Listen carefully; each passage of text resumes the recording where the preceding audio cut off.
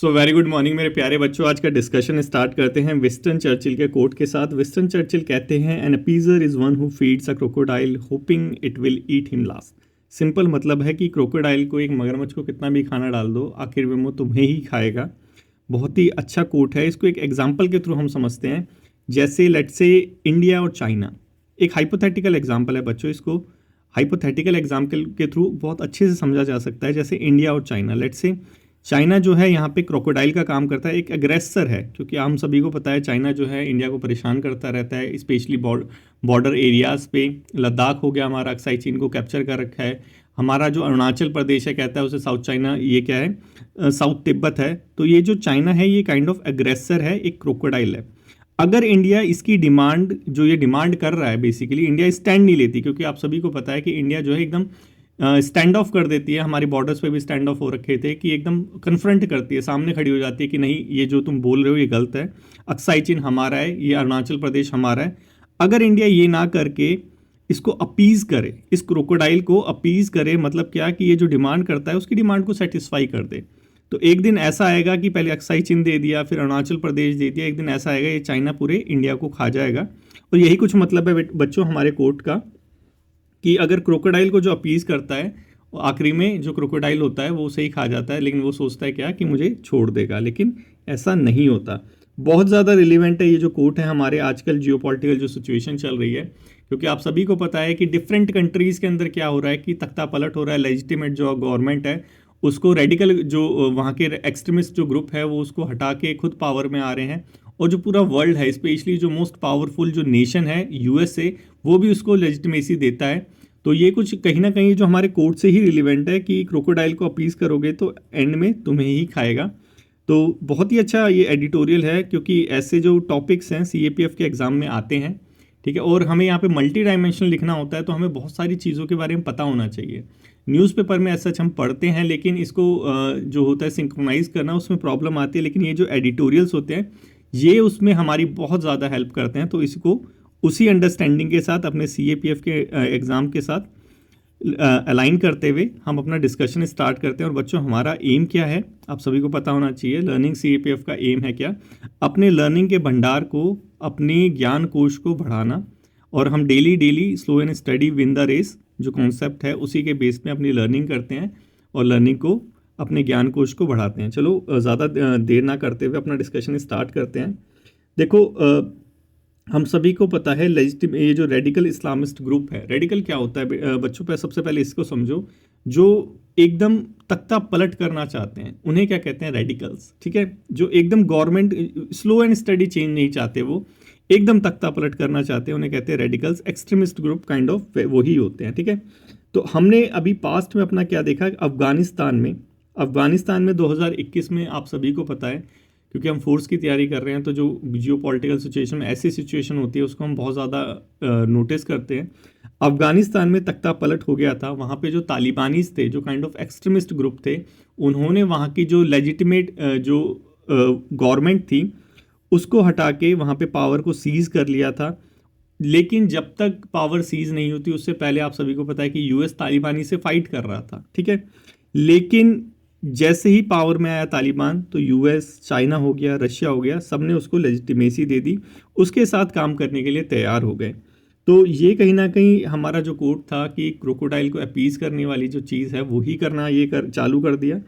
2024 के अंदर सीरिया के अंदर सेम चीज़ हुई जो अफगानिस्तान में 2021 में हुई थी। सीरिया के अंदर अबू मोहम्मद अल जुलानी, थोड़ा सा नाम याद रखना बच्चों, ये बेसिकली अलकायदा से टाई अप थे। अलकायदा आप सभी को पता है कि टेररिस्ट ऑर्गेनाइजेशन है जो इंडिया के अंदर अटैक करवाता रहता है। तो इन्होंने भी सेम चीज़ करी। अल बशर जो वहाँ के प्रेसिडेंट थे उनको हटा के पावर को सीज कर लिया एक रेडिकल ग्रुप ने सीरिया के अंदर। यूएस ने भी इनकी जो लीडरशिप है उसको लेजिटिमेसी दे दी। वही चीज़ क्या कि क्रोकोडाइल को अपीज़ कर रहे हैं, ठीक है। क्रोकोडाइल को क्या कर रहे हैं, अपीज़ कर रहे हैं। एक चीज़ ये हमने देखी। देखो जस्टिफिकेशन क्या दे रहे हैं, जस्टिफिकेशन क्या दे रहा है यूएसए कि क्यों जो है इसको लेजिटिमेसी दे रहे हैं। तालिबान हो गया, यहाँ पे अल जुलानी की जो गवर्नमेंट है वो हो गई। ये गवर्नमेंट जो यूएस से है और जो पावरफुल नेशंस हैं बेसिकली जो उसके साथ टाई अप कर रहे हैं, उसको लेजिटिमेसी दे रहे हैं, वो एक्सक्यूज़ ये दे रहे हैं कि इससे क्या होगा, टेररिज्म कम हो जाएगा और इंक्लूसिविटी बढ़ जाएगी। मतलब क्या कि अपीज करेंगे तो क्रोकोडाइल उन्हें आखिरी में खाएगा, ये वो सोच रहे हैं। लेकिन हम सभी को पता है कि ये जो डिमांड है ये अनमेट डिमांड है, ठीक है। ऐसा सोचा जा रहा है कि तालिबानी जो होंगे वुमेंस राइट को प्रोटेक्ट करेंगे, डेमोक्रेसी को एनकरेज करेंगे, लेकिन ये सारी अनमेट डिमांड है, ये कभी पूरी नहीं होगी, ठीक है। ये चीज़ यहाँ एडिटोरियल में बताई गई और ये हमें भी पता है बच्चों, क्योंकि जब से तालिबानी आया है, जब से तालिबानी ग्रुप आया है, तो वहाँ पे जो वुमेंस की एजुकेशन है उस पर बैन लगा दिए, वुमेन की वर्किंग के ऊपर बैन लगा दिए, वुमेन की फ्रीडम के ऊपर बैन लगा दिए। तो वही चीज़ क्या कि क्रोकोडाइल को अपीज कर रहे हो तो क्रोकोडाइल एंड में तुम्हें ही खाएगा, वही यहाँ पे देखने को मिल रहा है। इंटरनेशनल रिस्पॉन्स क्या रहा था, देखो अफगानिस्तान जब आया था पावर के अंदर, इंडिया ने उसको बहुत ज़्यादा वेहेमेंटली जो है अपोज करा था, हम सभी को पता है। लेकिन जो पावरफुल नेशंस है, यूएस हो गया, चाइना हो गया, रशिया, इन्होंने जब ये डिस्कशन चल रहा था, ठीक है, तो उस टाइम पे इंडिया को कहीं ना कहीं एक्सक्लूड कर दिया था, क्योंकि इंडिया उस डिस्कशन के अंदर आता तो इंडिया जो है अफगानिस्तान से रिलेटेड जो प्रॉब्लम है, स्पेशली टेररिज्म से रिलेटेड जो प्रॉब्लम है, क्योंकि अफगानिस्तान के लैंड को इंडिया के अगेंस्ट में यूज़ किया जा सकता है, स्पेशली पाकिस्तान की साइड से। तो इंडिया का जो कंसर्न था बेसिकली उसको साइडलाइन कर दिया गया, क्योंकि इंडिया को जो डिस्कशन हो रहा था उसके अंदर इंक्लूड ही नहीं किया। एक बार ये रेफरेंस हुआ था हार्ट ऑफ एशिया कॉन्फ्रेंस, ठीक है, वहाँ पे इंडिया ने पार्टिसिपेट करा था, लेकिन जब यूएन में डिस्कशन हुआ तो इस कॉन्फ्रेंस का वहाँ पे नाम ही नहीं था। साफ सीधी बात क्या कि इंडिया के जो कंसर्न थे उसको जो पूरे वर्ल्ड लेवल पे नज़रअंदाज कर दिया गया था 2021 के टाइम पे जब तालिबानी पावर में आ रहा था, ठीक है। नेक्स्ट देखो, इंडिया का रोल यूएनएस प्रेसिडेंसी में आप सभी को पता है कि 2021 के अंदर जो इंडिया था, जो यूएनएससी है उसके अंदर प्रेसिडेंसी निभा रहा था। तो उस टाइम में इंडिया जो है उसने बहुत ही ज़्यादा जोर दिया एक रेजोल्यूशन पास आउट कराने के लिए 2593 के अंदर, जिसके अंदर बेसिक कंसर्न जो था वो क्या कि जो अफगानिस्तान की जो सॉइल है, अफगानिस्तान का जो लैंड है, बेसिकली वो टेररिस्ट एक्टिविटी के लिए ना यूज़ हो, स्पेशली टेररिस्ट ग्रुप जैसे लश्कर ए तोयबा हो गया, जैश ए मोहम्मद हो गया, जिससे इंडिया को सबसे ज़्यादा थ्रेट होता है। तो इंडिया ने उस टाइम पे कहीं ना कहीं ये इंश्योर करा था कि ये जो यूएनएससी का जो रेजोल्यूशन आया इसके द्वारा कि अपनी प्रेसिडेंसी के जो टेन्योर था उस पीरियड में कि ये जो तालिबानी जब आ रहे हैं पावर में, ठीक है, तो मैक्सिमम चांसेस थे उस टाइम में, ऐसा सोचा जा रहा था कि इसका जो लैंड है वो कहीं ना कहीं इंडिया के अगेंस्ट में यूज़ किया जाएगा, जो इसका जो लैंड है वो टेररिस्ट का जो ब्रीडिंग ग्राउंड बन जाएगा और वो टेररिज्म फिर इंडिया को कहीं ना कहीं हैम्पर करेगा, ठीक है। तो इसलिए इंडिया ने उस टाइम पे बहुत ज़्यादा जोर दिया था, ये रेजोल्यूशन आया था। उसके बाद देखो जो तालिबानी है उसको यूएस की तरफ से और स्पेशली वेस्टर्न कंट्रीज़ की तरफ से बहुत ज़्यादा डोनेशन मिली, लेकिन अकाउंटेबिलिटी ऐसा कुछ भी नहीं देखने को मिला, क्योंकि आप सभी को पता है जब भी वेस्टर्न कंट्री कभी भी डोनेट करती है तो कहीं ना कहीं वो एक रिस्ट्रिक्शन लगाती है कि भाई तुम लिबरलाइज करो अपनी इकोनॉमी को। उसके जो यूएस से है, जो वेस्टर्न कंट्रीज़ है, उसकी जो डेफिनेशन है डेमोक्रेसी की, उसकी जो डेफिनेशन है फ्रीडम की, उसके साथ अपने आप को अलाइन करो, ठीक है। तो ये चीज़ लेकिन तालिबानी के साथ ये चीज़ देखने को नहीं मिली, क्योंकि तालिबानियों को डोनेशन मिल रही है, अकाउंटेबिलिटी कुछ है नहीं वहाँ पे। जो वुमेंस की जो फ्रीडम है उस पर रिस्ट्रिक्शन लग रही है, जो गर्ल्स की एजुकेशन होती थी उसको बैन कर रहे हैं। तो ये कहीं ना कहीं अपीजमेंट वाला जो सिनेरियो है वो देखने को मिल रहा है, स्पेशली तालिबानियों के साथ, ठीक है। उसके बाद देखो यहाँ पे बताया गया है कि ये तो थी तालिबानी की सिचुएशन, ठीक है। सेम सिचुएशन एक जगह जब कुछ चीज़ होती है, क्यों देखो इंडिया क्यों तालिबानियों को अपोज कर रहा था, क्यों ये जो क्रोकोडाइल है उसको अपीज करने से रिस्ट्रिक्ट कर रहा था अपने आप को, जब यूएस से, जब जो रशिया है, चाइना है, सारे लोग जब इसके साथ एंगेज हो रहे थे तालिबानियों के साथ, तो इंडिया क्यों नहीं एंगेज हो रहा था उस टाइम पे? क्योंकि जब जितने भी पावरफुल नेशन है जब तालिबानी को लेजिटिमेसी दे रहे हैं तो इंडिया क्यों उसको अपोज कर रहा था? क्योंकि इंडिया को पता था कि आगे चल के ऐसी सिचुएशन आएगी, क्योंकि तालिबानी क्या है, बेसिकली मुस्लिम नेशन है, आगे चल के ऐसी सिचुएशन आएगी कि अदर जो मुस्लिम नेशंस हैं वहाँ पे भी तख्ता पलट होगा, वहाँ पे भी जो एक्सट्रीमिस्ट ग्रुप है वो तख्ता पलट करेंगे, और वर्ल्ड ने अगर एक बार इसको लेजिटिमेसी दे दी तो हर बार उसको लेजिटिमेसी देनी पड़ेगी। उसका एग्जाम्पल ही हमें देखने को मिला सीरिया के अंदर 2024 में, उसी का एग्जाम्पल हमें देखने को मिला बांग्लादेश के अंदर 2024 में, म्यांमार के अंदर भी सेम चीज़ चल रही है। हो क्या रहा है, वहाँ की जो डेमोक्रेटिक गवर्नमेंट है उसको हटा के पावरफुली फोर्सफुली हटा के वहाँ पे मिलिट्री रूल आ रहा है, वहाँ पे जो एक्सट्रीमिस्ट रूल आ रहा है, ये सारी चीज़ें हो रही हैं। सीरिया के अंदर तो हमने देख ही लिया था, आबू मोहम्मद अल जुलानी आ गया, अलकायदा का बेसिकली ये फॉर्मर लीडर था। वहाँ का जो बशर अल असद था उसको थ्रोन आउट करके वहाँ पे पावर को सीज कर लिया, यूएस ने इसको एक्सेप्ट भी कर लिया। ठीक है, यूएस ने इसको एक्सेप्ट भी कर लिया, क्यों? क्योंकि यूएस की जो वांटेड की लिस्ट थी वहाँ से जोलानी का नाम हटा दिया। तो सिंपल मीनिंग है इसका कि एक्सेप्ट कर लिया, एक्सेप्टेंस है इसका मतलब ये हो गया। सेम चीज़ बांग्लादेश में आ रखी है। ठीक है, बांग्लादेश में जो वहाँ की मिलिट्री रीड जो अभी जो गवर्नमेंट करंटली चल रही है बांग्लादेश के अंदर, वो मिलिट्री चला रही है basic kind of military read. वहाँ पे इंटरिम गवर्नमेंट है यूनुस की, मोहम्मद यूनुस की, जिसने शेख हसीना की जो डेमोक्रेटिक गवर्नमेंट थी, जो वोटिंग से आई थी, बेसिकली वोटिंग राइट से आई थी, उसको कहीं ना कहीं हटा दिया। ठीक है, तो ये जो रेडिकल ग्रुप्स हैं, क्योंकि ये सारे रेडिकल ग्रुप्स ही तो हैं, ये जमात अल इस्लामी जो बांग्लादेश के अंदर है, ABT जो हो गया Bangla team, Ansarullah Bangla team, ये जो सारे जो रेडिकल ग्रुप्स हैं बेसिकली, ये कहीं ना कहीं वहाँ पे बहुत ज़्यादा इन्फ्लुएंस हो, जो मान्यता प्राप्त कर रहे हैं बेसिकली, क्योंकि करंट जो अब वहाँ पे रूल कर रहे हैं वो इसको प्रमोट कर रहे हैं, और इसी का रिजल्ट हमें देखने को मिल रहा है। आए दिन न्यूज़ के अंदर आता है बच्चों, क्या चीज़ आती है कि वहाँ पे जो माइनॉरिटी है, हरे कृष्णा जो ग्रुप है, कहीं ना कहीं उनको परसिक्यूट किया जा रहा है। वहाँ की जो माइनॉरिटीज़ है, स्पेशली हिंदूज हो गए, उनको परसिक्यूट किया जा रहा है। वहाँ पे जो है एंटी इंडियन जो फीलिंग है वो बहुत ज़्यादा प्रमोट हो चुकी है। तो इसका जो इफ़ेक्ट है वो इंडिया के अंदर देखने को मिलेगा ही मिलेगा। इसका इफेक्ट कैसे देखने को मिल सकता है, सच एडिटोरियल में नहीं डिस्कस करा, लेकिन आपको पता होना चाहिए। देखो, इसका जो इफेक्ट है इंडिया को बहुत तरह से देखने को मिल सकता है। इलीगल इमिग्रेंट्स जो है, रेफ्यूजीज है बेसिकली, जो उनका इन्फ्लक्स इंडिया के अंदर देखने को मिल सकता है, स्पेशली बांग्लादेश से। याद करो 1971 में देखने को मिला था इंडिया के अंदर, जो हमारा स्पेशली नॉर्थ ईस्ट है, वहाँ पे सोशो कल्चरल जो सिनेरियो है वो चेंज हो गया था, टोपोग्राफिकली जो वहाँ पे चेंज हो गया था। जबकि ये जो रीजन है वो एनवायरमेंटली बहुत ज़्यादा सेंसिटिव एरिया है। ठीक है, तो इस चीज़ को थोड़ा सा समझना पड़ेगा। और ये प्रॉब्लम जो है अब दोबारा देखने को मिल रही है हमें बांग्लादेश के ऊपर, क्योंकि आए दिन देखते रहते हैं कि कोई इलीगल माइग्रेंट पकड़ लिया। अभी जो सैफ अली खान का मर्डर हुआ था, ये भी कहीं ना कहीं बांग्लादेश से इलीगल इमिग्रेंट्स आया था, उसने करा था। तो इंडिया के अंदर प्रॉब्लम, स्पेशली हमारी सोसाइटी के अंदर प्रॉब्लम बढ़ती है इन सब चीज़ों से। ऑल्सो ये सारा इंटरनेशनल अफेयर है, लेकिन इसका जो इम्पैक्ट है, इसका जो इफेक्ट है, वो हमें इंडिया के अंदर भी देखने को मिलता है। ठीक है, एक तो ये चीज़ हो गई। ठीक है, तो ये चीज़ यहाँ पे बता रखी। और इंडिया के अंदर जो एक्सट्रीमिस्ट ग्रुप है, क्योंकि हमारी इंडिया है उसके अंदर ऐसा नहीं है, देखो जमाना J&K हो गया, ठीक है, वहाँ पे भी तो एक्सट्रीमिस्ट ग्रुप है। अब वो जो एक्सट्रीमिस्ट ग्रुप हैं वो भी कहीं ना कहीं इस आइडियोलॉजी से, क्योंकि ये आइडियोलॉजी चल रही है पूरे वर्ल्ड में। ठीक है, आइडियोलॉजी को बॉर्डर क्रॉस करने के लिए किसी पासपोर्ट की ज़रूरत नहीं होती।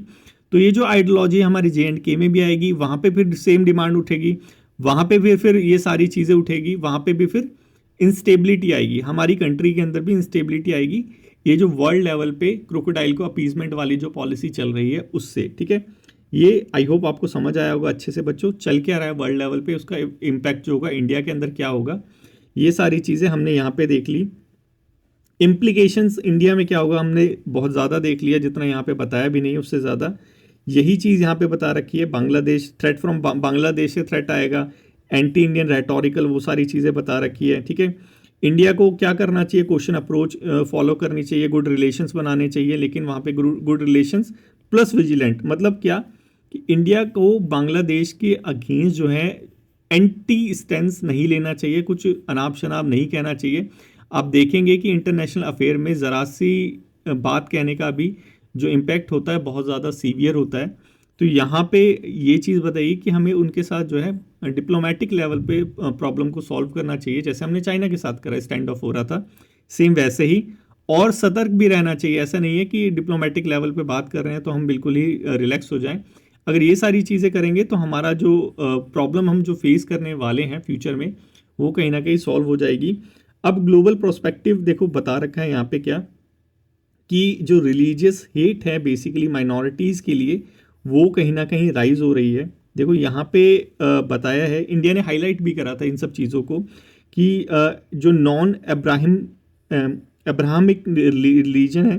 देखो अब्राहमिक रिलीजन क्या होते हैं इसको समझो। देखो और तो इंडिया के अंदर जो मुस्लिम लोग हैं वो माइनॉरिटी में आते हैं, लेकिन पूरे वर्ल्ड में करोगे तो वो मेजॉरिटी में, पूरे वर्ल्ड लेवल पे काउंट करोगे तो मेजॉरिटी में जूडाइज्म हो गया, इस्लाम हो गया, क्रिश्चियनिटी हो गई, ये इब्राहिम रिलीजन आते हैं। ठीक है, ये है इब्राहिम रिलीजन। तो इंडिया पूरे वर्ल्ड के अंदर, ये वर्ल्ड लेवल की बात हो रही है, इंडिया लेवल की बात नहीं हो रही। तो जो नॉन इब्राहिमिक रिलीजन है जैसे हिंदुइज्म हो गया, सिख हो गया, बुद्धिज्म हो गया, इनके लिए जो है एक तरह की जो है हेट जो होती है वो कहीं ना कहीं जनरेट हो रही है पूरे वर्ल्ड लेवल पे। ये यहाँ पे बता रखा है क्योंकि हम लोग माइनॉरिटी है, पूरे वर्ल्ड लेवल की बात करें तो हम माइनॉरिटी है, क्योंकि इंडिया को छोड़ के, नेपाल को छोड़ के एक स्टेट हो गए, इंडिया और नेपाल हो गए, यहाँ कहीं पे भी जो है हिंदू जो है मेजॉरिटी है ही नहीं। तो ये चीज़ हमें समझनी चाहिए। और इंडिया ने इसके अगेंस्ट में डिमांड भी उठाई थी यूएन के अंदर 2021-22 के अंदर, अपनी जो प्रेसिडेंसी पीरियड था उसके अंदर। तो बेसिकली यहाँ पे यही बोला गया है कि इंडिया को थोड़ा है सारी चीज़ों को देख दाख के जो है एक ब्रॉडर स्ट्रैटेजी बनाने की ज़रूरत है, ताकि जो हमें हमारा जो रीजन है यहाँ पे स्टेबिलिटी को प्रमोट किया जा सके। ज़रा सोच के देखो बच्चों कि हमारे रीजन में चल क्या रहा है। ठीक है, अफ़गानिस्तान हो गया, पाकिस्तान हो गया, इधर से बांग्लादेश हो गया, इधर से म्यांमार हो गया, इंडिया तो सारी तरफ से इंस्टेबिलिटी से घिरा पड़ा है। नीचे से जो श्रीलंका हो गया, ऑल तो यहाँ पे अभी एज सच इतनी जो है इंस्टेबिलिटी नहीं आई है, लेकिन एस्टर वाला जो अटैक हुआ था तो वहाँ पे भी जो रेडिकलिज्म है वो धीरे धीरे आ रहा है। ठीक है, इसी चीज़ का तो एग्जाम्पल है, वो ईस्टर अटैक हुआ था, आपको याद होगा, चर्च के अंदर बॉम्ब ब्लास्ट हो गया। तो ये किस चीज़ का एग्जाम्पल है कि रेडिकलिज्म धीरे धीरे धीरे धीरे यहाँ पे भी आ रहा है। ठीक है, तो इंडिया को अपने आप को बहुत ज़्यादा सिक्योर करने की ज़रूरत है, डिप्लोमेटिक लेवल पे, मिलिट्री लेवल पे अपने आप को स्ट्रॉन्ग करने की ज़रूरत है। यही सारी चीज़ें इस एडिटोरियल में बताई गई हैं। आई होप आपको अच्छे से समझ आ गया हो। बहुत ही ज़्यादा इंटरेस्टिंग ये आज का जो था एडिटोरियल था, पेपर 2 के लिए बहुत ज़्यादा रिलेवेंट है मेरे प्यारे बच्चों। इसको अटैम्प्ट करने की कोशिश करना, ये जो क्वेश्चन है इसको अटैम्प्ट करने की कोशिश करना, इसको ऐसे ही मत छोड़ना कि सर ने दे दिया तो देख लेंगे, इसको अटैम्प्ट करना। और अगर आप डेली प्रैक्टिस करते हो, ठीक है, कोई करे या ना करे कोई फ़र्क नहीं पड़ता, कोई करे या ना करे, आप अगर डेली प्रैक्टिस करते हो तो आपका सिलेक्शन ज़रूर होगा, किसी और का हो ना हो, क्योंकि आप सभी को पता है 100% बच्चों का कभी सिलेक्शन नहीं होता। मैक्सिमम बच्चे ऐसे ही रह जाते हैं। रीज़न क्या होता है? कल कर लेंगे। रीज़न क्या होता है? कल कर लेंगे, आज नहीं कल कर लेंगे। ये क्या, इतनी क्या जल्दी है, अभी तो फॉर्म भी नहीं निकले हैं, अभी तो बहुत टाइम पड़ा है, कर लेंगे बाद में। तो जो जिनका ऐसा एटीट्यूड होता है वो फिर कल ही करते हैं, उनका फिर अगले साल ही पोस्टपोन हो जाता है। तो अगले साल पोस्टपोन मत करना बच्चों, इसी साल सिलेक्शन ले लेना। ठीक है, इसी साल सिलेक्शन ले लेना, क्योंकि बहुत ज़्यादा कंपटीशन बढ़ रहा है, बेरोज़गारी का जो स्तर है बहुत तेज़ी से बढ़ रहा है, और जो वर्ल्ड लेवल पे इंस्टेबिलिटी आ रही है, इसका जो इफेक्ट है, इसका जो इम्पैक्ट है वो इंडिया में भी देखने को मिलेगा। माइग्रेंट्स की प्रॉब्लम यहाँ पे आने लग गई है, धीरे धीरे जो हमारे रिसोर्सेज हैं उसकी प्रॉब्लम हम फेस करने लगे हैं। तो ये जो चीज़ें हैं ये बहुत ज़्यादा जो है कॉम्प्लिकेशंस जनरेट करेगी फ्यूचर के अंदर। ठीक है, फ्यूचर के अंदर बहुत बड़े स्केल पे जो है बेरोज़गारी आने वाली है, ऐसे अनुमान लगाए जा रहे हैं। तो बच्चों अभी टाइम है, अभी कर लो। ठीक है, अभी टाइम है, अभी कर लो, इसे अभी कर लो प्रैक्टिस, कल के लिए कुछ भी मत छोड़ो। ठीक है, जो चीज़ करनी है आज ही कर लो, स्पेशली स्टडी से रिलेटेड मैं बोल रहा हूँ बच्चों, उल्टे सीधे काम मत करना। ठीक है, तो इसको लिखने का ट्राई करो, लिखो, और जो हमारा डिस्कशन ग्रुप है उसके अंदर शेयर करो। जिस बच्चे को नहीं पता तो थोड़ा सा स्क्रॉल कर लेना, क्योंकि टेलीग्राम के अंदर जो इसका डिस्क्रिप्शन है, वीडियो का जो डिस्क्रिप्शन है, इसके अंदर टेलीग्राम का लिंक दे रखा है, टेलीग्राम के अंदर ही डिस्कशन ग्रुप का भी लिंक है। तो थोड़ा सा बच्चों इस चीज़ को सीरियसली लो, पेपर 2 को थोड़ा सा सीरियसली लो। ठीक है, चलो नेक्स्ट चलते हैं, थोड़ा सा प्रमोशन करें। देखो जिनको बच्चों को पेपर 2 के अंदर प्रॉब्लम आ रही है, ठीक है, कई कई बच्चों को समझ ही नहीं आता कि भाई लिखना कहाँ से है, कैसे करना होता है। पेपर 2 बिल्कुल समझ नहीं आता, पेपर 1 कर लेते हैं, अच्छी स्कोरिंग कर लेते हैं, पेपर 2 बिल्कुल समझ नहीं आता। तो बच्चों आपके लिए ये बहुत ही ज़्यादा अफोर्डेबल प्रोग्राम है, अफोर्डेबल और हाई क्वालिटी का प्रोग्राम। इसके अंदर जो है सारी चीज़ें कवर हैं। आपका इकोनॉमिक सर्वे हो गया, आपका पीआईबी हो गया, आपका स्टैटिक पोर्शन हो गया, आपका करंट अफेयर हो गया। ठीक है, सारे एग्जाम्पल इसके अंदर करंट अफेयर से लिए गए हैं, सारे एग्जाम्पल अप टू डेट हैं इसके अंदर, सारी चीज़ अप टू डेट है इसके अंदर। टोटल 25 टॉपिक्स हैं, टोटल जो बच्चों 25 टॉपिक्स हैं, हर एक टॉपिक्स पे मिनिमम तो 2 लेक्चर्स होगा ही, तो मतलब क्या 50 से ज़्यादा इसके अंदर वीडियोस हैं, लाइव हैं टोटली, और जो हो चुकी हैं ऑलरेडी वो रिकॉर्डेड अवेलेबल है। ठीक है, तो बच्चों इसको आप अभी सब्सक्राइब करो। अगर आपको ज़रा से भी डाउट है पेपर 2 के अंदर, बहुत ही ज़्यादा अफोर्डेबल है, इससे ज़्यादा अफोर्डेबल आपको कहीं नहीं मिलेगा, ठीक है, और इससे ज़्यादा हाई क्वालिटी वाला, इस एकदम अनपैकेबल है ये, ठीक है, रामबाण है पेपर 2 के लिए। नेक्स्ट है ये वाला हमारा अभ्यास मंथन पेपर 1 के लिए है। ये इस तरह से डिज़ाइन की गई है बच्चों, टेस्ट सीरीज़ की, पूरी टेस्ट सीरीज़ के अंदर आपका जो सिलेबस है 3 बार कवर हो जाएगा। तो पेपर 1 के लिए अगर आप टेस्ट सीरीज़ देख रहे हो तो इससे अच्छी टेस्ट सीरीज़ आपको कहीं नहीं मिलेगी, अभ्यास मंथन, ठीक है, या नाम याद रखना बच्चों, अभ्यास मंथन। अभ्यास करो मंथन के साथ तो सक्सेस मिलेगी पेपर 1 के अंदर, ठीक है। तो चलो नेक्स्ट चलते हैं। नेक्स्ट है हमारा जलीकट्टू, ठीक है। देखो जलीकट्टू ऑल्थो आप सभी को पता है कि मैं एक बारी में कोई भी न्यूज़ देता नहीं हूँ, ठीक है, क्यों? क्योंकि अगर एक बारी में देने लग गया तो जो पूरा हमारा डेली डिस्पैच है यही न्यूज़पेपर की लेंथ का हो जाएगा, ठीक है। जब कोई रिपोर्ट हो गई, कोई भी इवेंट हो गया, 2-3 बार जब रिपीट हो जाता है तो वो अपने आप में इंपॉर्टेंट हो जाता है, ठीक है। जलीकट्टू 2-3 बार रिपीट हो गया, जलीकट्टू को एक बार देख लेते हैं क्या चीज़ होता है। देखो ऑल्थो ये जो न्यूज़ है कि कितने लोग मर गए, कितने लोगों का क्या हो गया, इंजर्ड हो गए, हमारे काम की नहीं है ये न्यूज़, को पढ़ो या ना पढ़ो कोई फ़र्क नहीं पड़ता। हमें बस ये पता होना चाहिए कि जलीकट्टू क्या चीज़ होता है, कैसे बनाया जाता है, कब बनाया जाता है, क्या चीज़ है, ठीक है।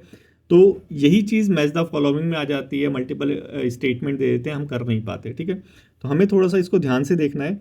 जलीकट्टू बेसिकली है क्या? तमिलनाडु के अंदर एक तरह की बुल टेमिंग रेस है, ट्रेडिशन है, बेसिकली ट्रेडिशन होता है, ये हिस्टोरिकल ट्रेडिशन है। बुल टेमिंग जो बैल होता है बेसिकली उसको थोड़ा सा खींच करके उसके साथ एक गेम खेला जाता है, एक तरह से बुल टेमिंग का जो गेम होता है उसे कहते हैं जलीकट्टू। आप देख सकते हैं यूट्यूब पे सर्च करके, क्योंकि ये जो गेम्स होते हैं, ठीक है, ये जो ट्रेडिशन होते हैं, ये जो हिस्टोरिकल ट्रेडिशन होते हैं, इसको एक बार देख लेंगे तो ये माइंड में बैठ जाता है। एक बार जलीकट्टू देखना क्या होता है, ठीक है। सारी बुल वाले ये ट्रेडिशंस हैं, बुल वाले फेस्टिवल्स हैं। जलीकट्टू सेलिब्रेट कहाँ होता है? तमिलनाडु के अंदर होता है। किस टाइम पे सेलिब्रेट किया जाता है? पोंगल के टाइम पे सेलिब्रेट किया जाता है, इतना ज़रूर याद रखना। जलीकट्टू तमिलनाडु में और पोंगल के टाइम में।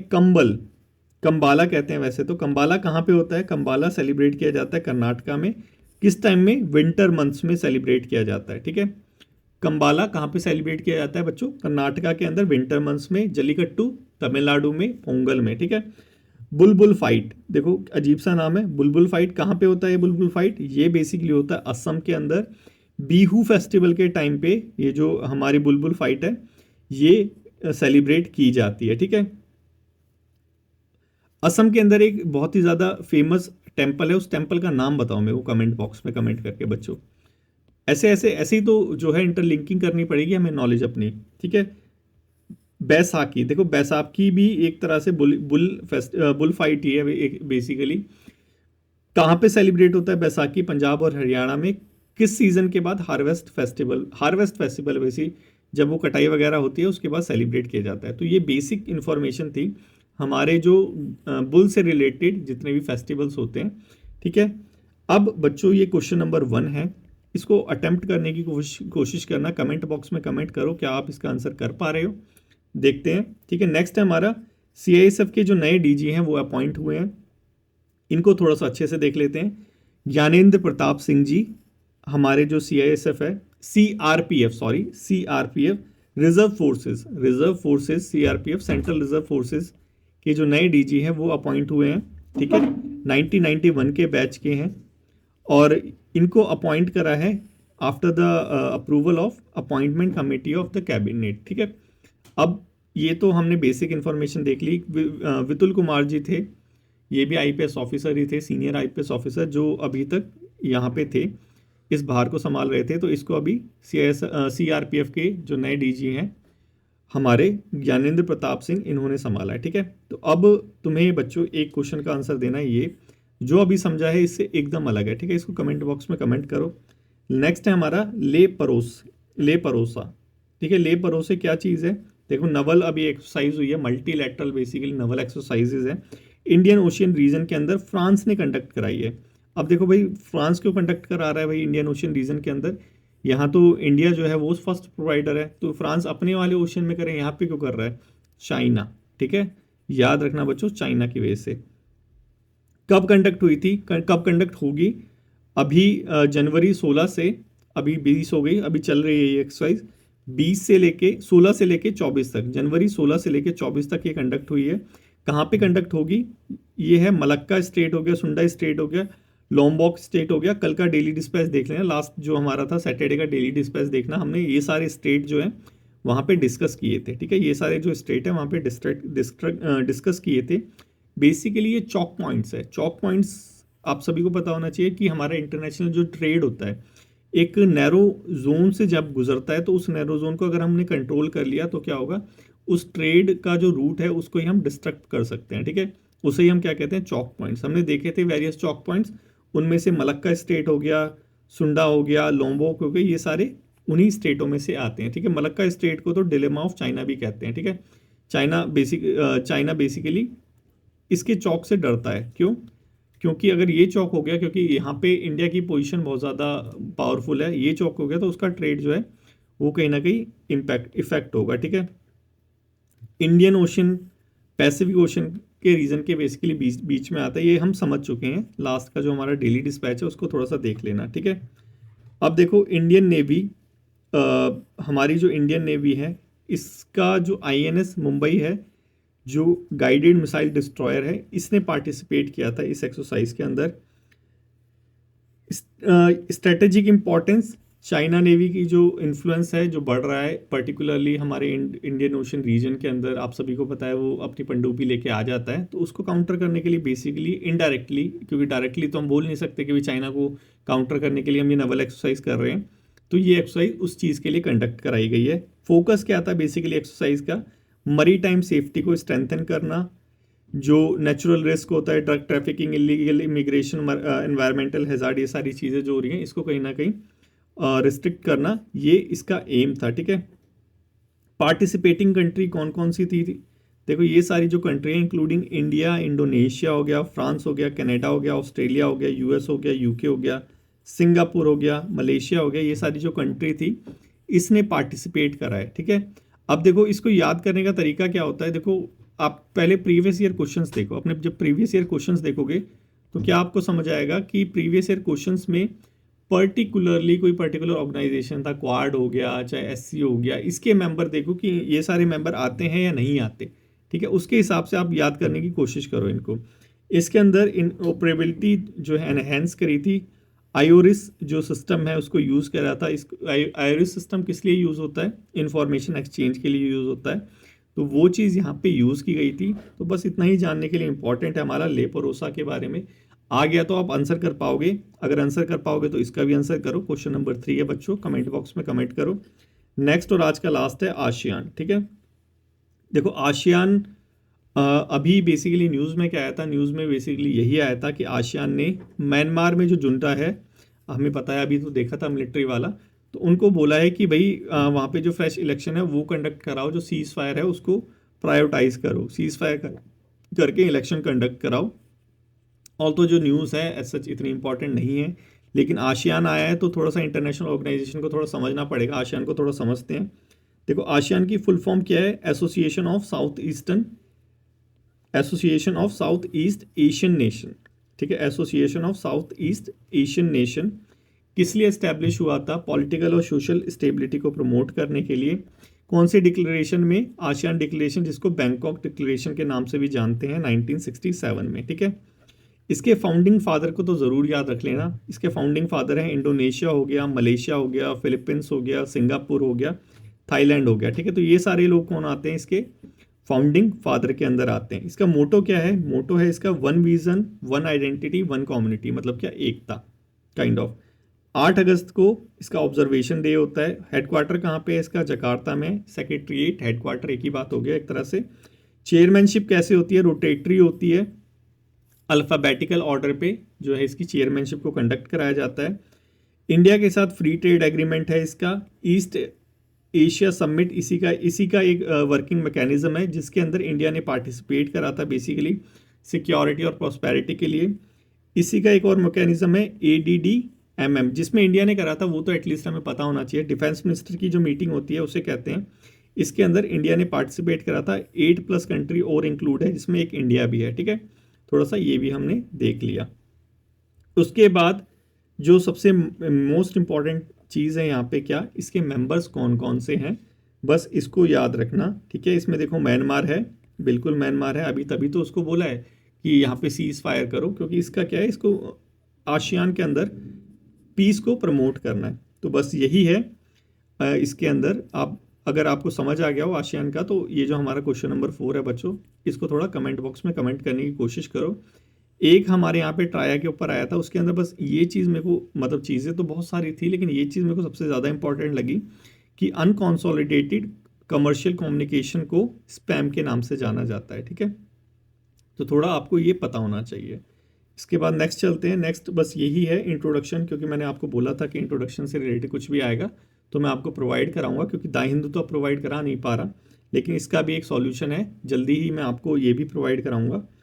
तो देखो पुलिस रिफॉर्म, ठीक है, पुलिस रिफॉर्म पे अगर कोई ऐसे आ जाता है तो ये जो हमारा आर्टिकल है, इससे एक बहुत अच्छा जो है इंट्रोडक्शन बनाया जा सकता है। ठीक है, तो बच्चों आज के डिस्कशन में बस इतना ही। अगर आपको समझ आ गया हो, क्योंकि आई होप समझ तो आया ही होगा, समझ आया हो तो लाइक शेयर और कमेंट करना मत भूलना, और शेयर तो ज़रूर करना। So thank you so much बच्चों फॉर ज्वाइनिंग दिस डिस्कशन।